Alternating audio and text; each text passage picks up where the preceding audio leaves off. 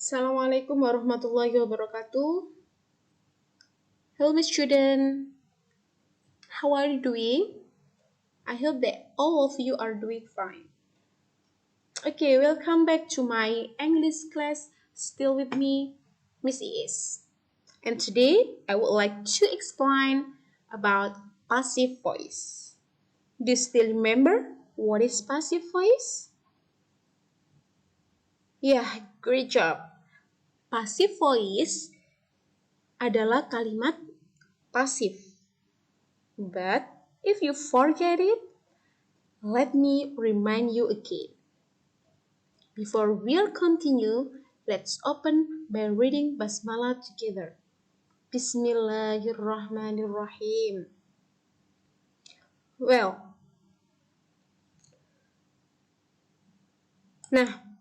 ketika kita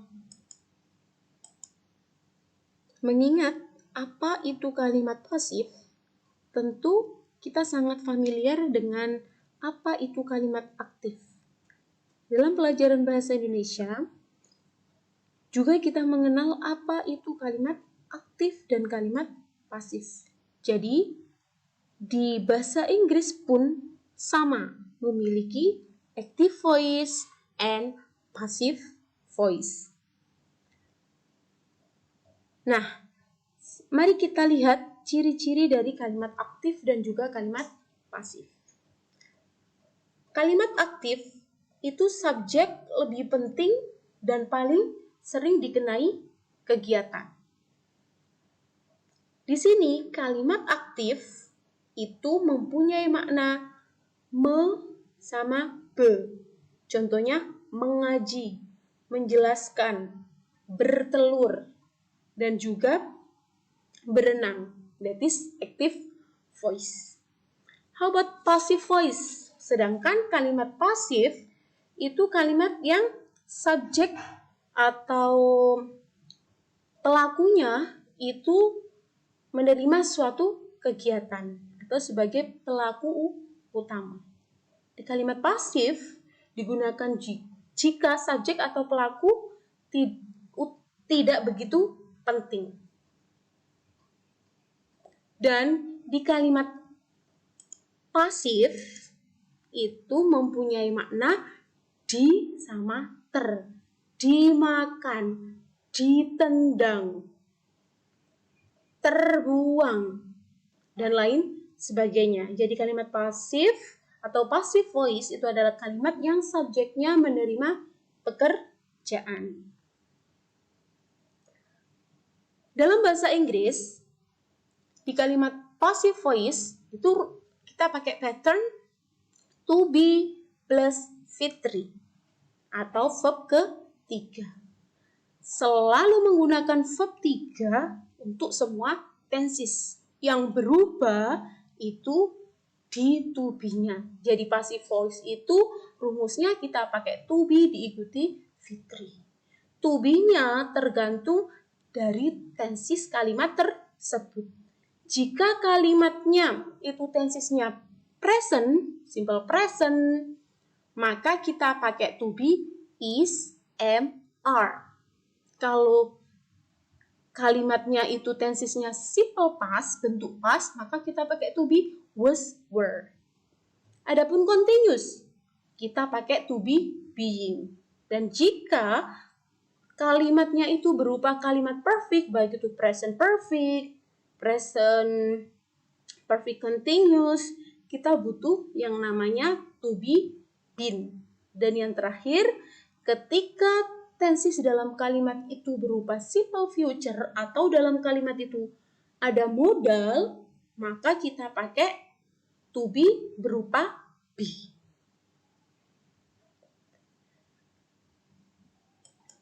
Oke, coba berikut adalah ilustrasi bagaimana sih cara mengubah dari kalimat aktif menjadi kalimat pasif. Look at the sentences. Dari kalimat aktif, Farhan takes English course every Tuesday. Di sini subjeknya Farhan. Kata kerjanya takes ini adalah bentuk pertama, verb 1. English course di sini sebagai objek dan ada time signal atau adverb of time-nya berupa every Tuesday. Ini tensesnya berupa simple present karena di sini ada verb 1. Gimana cara mengubahnya menjadi passive voice atau kalimat pasif? Objek dari kalimat aktif menjadi subjek di kalimat pasif. Jadi objeknya ditarik ke depan seret menjadi subjek. Terus verbnya jangan lupa diubah ke bentuk 3. Dan sebelumnya harus dikasih to be. Jadi to be diikuti verb 3 atau V3. Nah, di sini kenapa kok to be-nya pakai is? Karena tensesnya dalam kalimat itu adalah simple present. Maka kita pakai to be is. Kenapa nggak is? Kenapa kok is nggak am atau are? Karena English course di sini adalah tunggal, maka kita pakai to be is. Jadi to be di sini menyesuaikan subjek baru yang ada di kalimat pasif ya. By Farhan, pelakunya dilakukan oleh siapa? Oleh si Farhan. Sebenarnya untuk pelaku ini tidak penting tadi ya, boleh ditulis, boleh tidak. Every Tuesday. Ini langsung kita pindah tanpa diubah untuk yang time signalnya ya. Oke. Coba berikut ini cara mengubah dari kalimat aktif ke pasif dari berbagai tenses. Perlu diingat ya, untuk kalimat pasif itu hanya berlaku di verbal sentence atau kalimat verbal. Kalimat yang di dalamnya itu ada verbnya. Untuk kalimat nominal tidak berlaku yang namanya passive voice atau kalimat pasif. Nah, di sini ada beberapa tenses perubahan dari kalimat aktif ke kalimat pasif. Yang present tadi sudah ya. Untuk yang present continuous. My mother is cooking dinner. Kalau diubah menjadi pasif, the dinner is being cooked.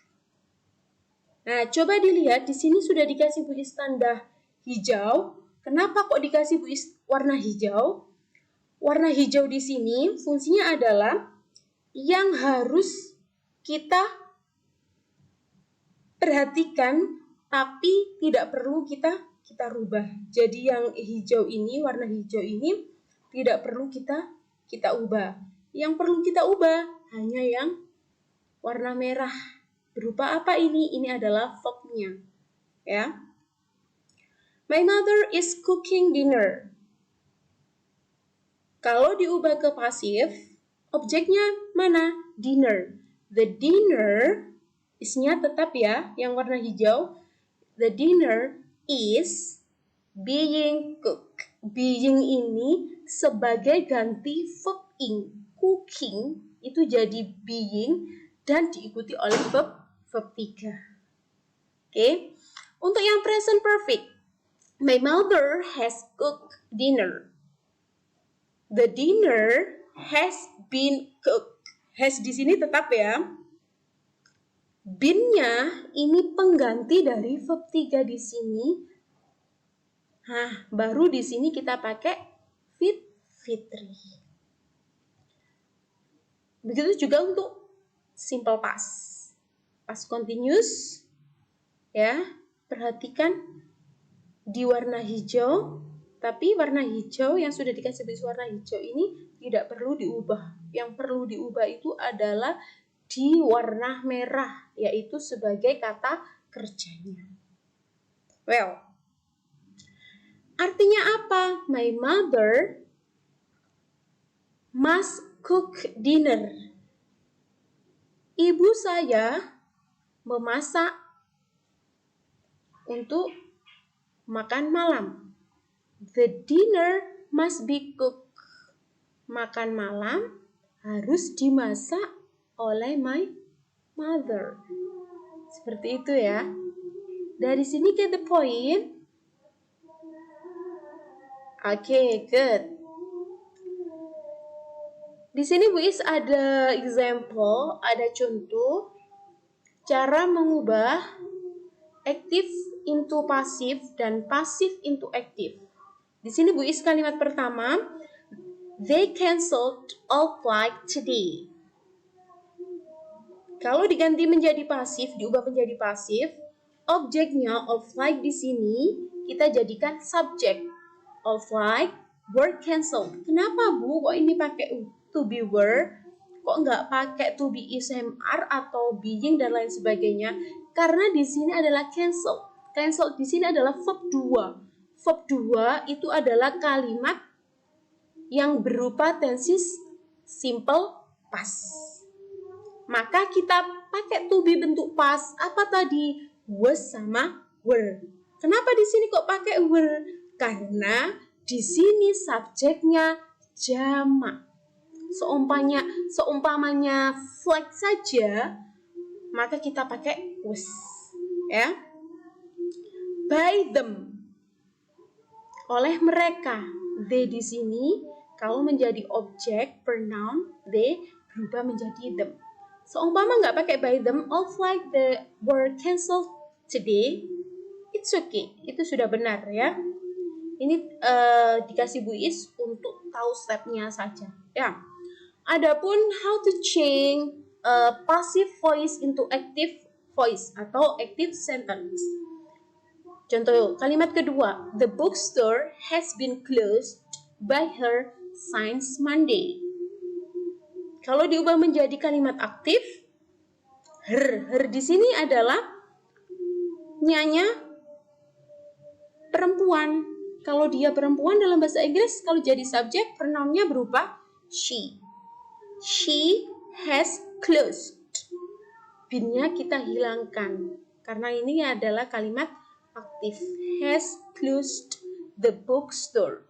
Yang awalnya tadi di kalimat pasif menjadi subjek, kalau kita ubah menjadi kalimat aktif, dia akan menjadi objek. Since Monday, ini adalah time signalnya. Okay? Get the point? Okay, hopefully you get the point. Okay, remember this. Kalian harus mengingat, ini adalah kesimpulannya. Jika kalimatnya itu berupa simple present, jika kamu menemukan to be subjek I, maka to be-nya berupa am. Kalau you, they, we, itu pakai to be are. He, she, it, kita pakai to be is. Kalau bentuk past atau di simple past, I kita pakai was. You, they, we, kita pakai were. And he, she, it, atau benda yang lainnya, kita pakai was. Jadi untuk yang pakai was di simple past itu I, she, he, it. Oke. Coba dilihat di sini, modal. Jika dalam kalimat itu ada modal itu apa saja? Di dalam kalimat itu ada will, atau can, atau shall, atau may, that is called modal. Dari kalimat yang nanti ada will bring, jika diubah menjadi pasif, itu menjadi will be proud. Will di sini modalnya, be, to be-nya, fitrinya dari bring menjadi bentuk 3, proud. Selanjutnya, verb ing, being plus fitri. Jika dalam kalimat itu nanti ada verb ing, maka ketika pasif, kamu harus menambahkan being. Dan verbnya diganti fitri. Atau verb ketiga. Contohnya awalnya kalimat aktifnya ada kata kerja bringing. Maka harus menjadi being proud. Oke. Nah, di sini ada has had fitri. Maka diubah menjadi pasif has had been fitri. Contohnya, has or had eaten menjadi has had been eaten. Oke, dari sini get the point. Good. Okay, I have another example of passive sentence. Luis punya contoh lain dari kalimat pasif. Look at these sentences. First, you have to be test on your English grammar. Yang di bold Bu Iis ini adalah pattern dari kalimat pasif. Kamu harus dites. Ditest. Contoh yang kedua, John might be promoted next year. Di sini ada modal berupa might, maka harus diikuti to be berupa be baru Fitri. John mungkin dipromosikan di tahun depan. Kalimat selanjutnya, she wants to be invited to the party.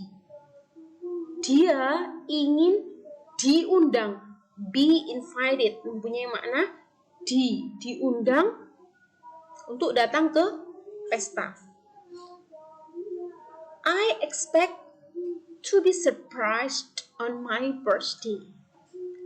Saya berharap untuk diberi surprise pada ulang tahun saya. Next, you may be disappointed. Kamu mungkin dikecewakan. Next, I was born in 1976. Saya was born, ada to be bentuk pas diikuti oleh verb 3. Saya dilahirkan pada tahun 1976. Nah, di sini Bu Yes punya contoh kalimat pasif dalam bentuk interrogatif. Where were you born? Di mana kamu dilahirkan? For example, I was born in Gresik. When were you born? Kapan kamu dilahirkan? I was born in 1979. For example, ya. Selanjutnya, around 100 babies are born in this hospital every week. Sekitar ada 100 bayi dilahirkan. Kenapa ini kok nggak pakai is am, kok pakai are? Karena ini subjeknya adalah jamak. 100 bayi, sekitar 100 bayi dilahirkan in this hospital every week. And then the last sentence, we don't know on exactly which day the baby will be born. Will be born ini mempunyai arti akan dilahirkan. Kalau will born, kalau kalimat aktifnya akan melahirkan. Kalau di kalimat pasif, we don't know, kita tidak tahu on exactly pastinya which day the baby will be born. Kapan bayi itu akan dilahirkan. Jadi ini adalah beberapa contoh kalimat pasif dalam bahasa Inggris. Oke, dari sini get the point, student? Well, okay, that's all for me. Thank you for joining my class. I hope that all of you understand the material today. And please ask me, and feel free to ask me about anything in WhatsApp. You can chat me, or you can discuss it in WhatsApp group. It's okay. Okay? See you next time. Assalamualaikum warahmatullahi wabarakatuh.